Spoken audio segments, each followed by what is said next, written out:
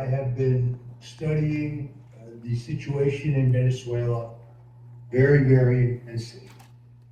Here in the United States, we're very familiar with the concept of controlled opposition. Frankly, it is a very real problem in our own party, our own Republican Party, where a substantial number of Republicans work against our president every single day. And this is exactly what I see in the situation of Ms. Machado.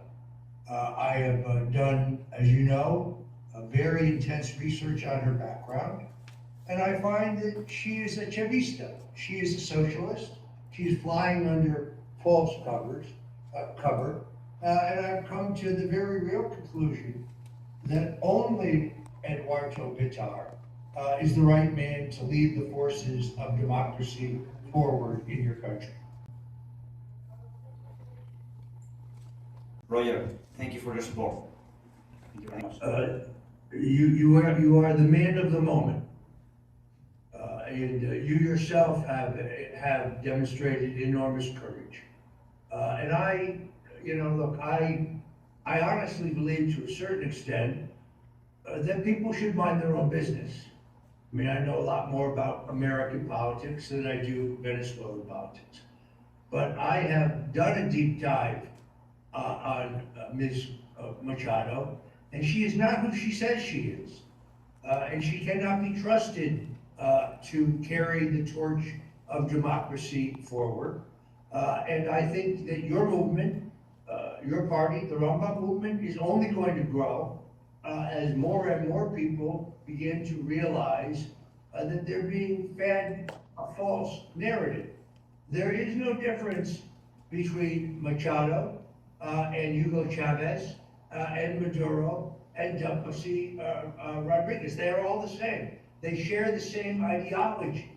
And it is amazing here in the United States, just in recent days, how many conservatives, how many Trump supporters, how many people who were previously well inclined towards Machado have woken up to who she really is.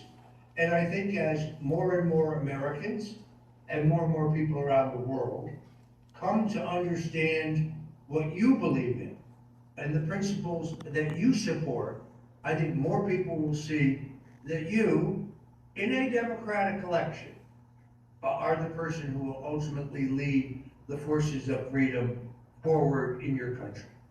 If you will excuse me for one moment, I have a phone call from the White House I must take.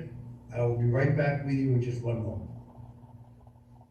Richard Nixon. Well, I'm not a crook. Ronald Reagan. Tear down this wall. And Donald Trump. And a friend of mine for a long time, he only likes politics. If you ask him about how are the Yankees doing, he has no interest. If you ask him almost anything, he likes politics, and he's a professional at the highest level.